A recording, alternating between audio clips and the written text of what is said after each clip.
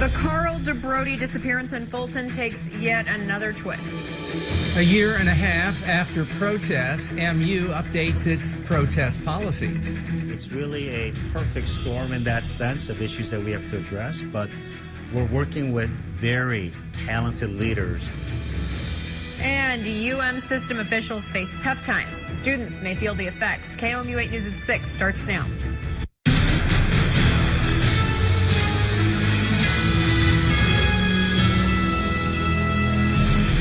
With budget cuts looming, the University of Missouri Board of Curators met in Rolla today to talk money and its effect on the university community.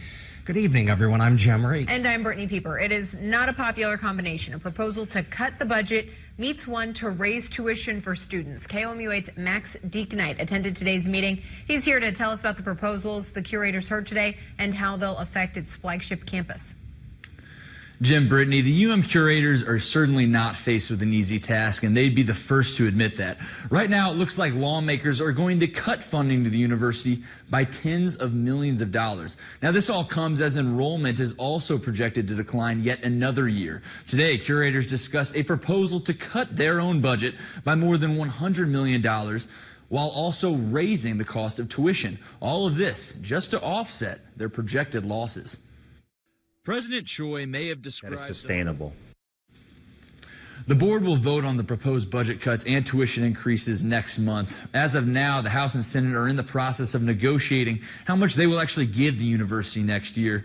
But one thing is certain, it will be far less this year than last. In the studio, Max Deeknight, KOMU 8 News. A year and a half after concerned student 1950 protest, the University of Missouri unveiled new rules on campus protests. KOMU 8's Lauren Pedersen is live on campus with a look at those new policies. You might remember concerned student 1950 had a campsite set up here on Carnahan Quad during their protests. Policies the university released today state that camping on university property is in fact against the rules. At the time of the protests, the university says camping on campus was also against the rules, but that rule wasn't enforced. A professor who worked on the new protest policies says the rules are pro-free speech. We have reasonable time, place, and manner restrictions designed to prevent, for example, you having your rally at center court in a basketball game, or blocking the hospital, or interrupting my exams, or things like that. These policies will go into effect on June 1st, and for more information on the rules, you can visit our website at KOMU.com. Reporting live from the MU campus, Lauren Pedersen, KOMU 8 News. New information today in the investigation into missing Fulton man Carl DeBrody, who police believe they found dead earlier this week. We have a reporter out in Fulton right now with the latest, but before we go to her, let's recap what we know so far. Carl DeBrody was reported missing on April 17th from an assisted living facility. He had a mental disability and limited communication skills.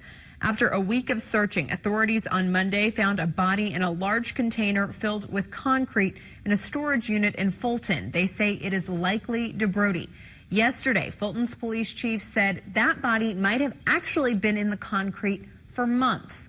We're still waiting on an autopsy to confirm a lot of this information. In the meantime, KOMU 8's Madeline Odell took a closer look at the facility DeBrody was supposed to be staying at. She joins us live in Fulton with what she's learned. I'm live outside what used to be Second Chance Homes. Now, right behind me, you could see the doors are locked and the inside is completely cleared out. But at one point, this was the home to Carl DeBrody, so I set out today to find out what that really meant. Today, Carl DeBrody's family picked World Press. Today, I filed an open records request asking for any complaints against Second Chance Homes and any past inspections and information from those. We'll get back to you with that information when we get it. Reporting live in Fulton, Madeline Odell, KOMU 8 News. An armed bank robbery in Columbia today ended with a police chase and 3 arrests. Police say 2 men entered the Callaway Bank on Bull Run Drive with a gun and demanded money. Minutes later, a state trooper saw the getaway car on I-70 in Callaway County. The chase ended with a crash. The 3 people inside ran off but got caught. Columbia police are investigating. After days of debate, the Missouri Senate sent an operating budget back to the House today full of education increases. The $27.8 billion budget includes full funding for some elementary, secondary, and higher education programs, including the Bright Flight Scholarship. The Senate also increased early childhood special education funding. The legislature has until May 5th to send the final budget to the governor. Here's what's happening right now. More than 10,000 high schoolers across the state of Missouri are taking over downtown Columbia. They're here for the Missouri State High School Activities Association State Music Festival. MU has hosted the event for more than a half century. But for 2018, Misha held an open bid to host the event.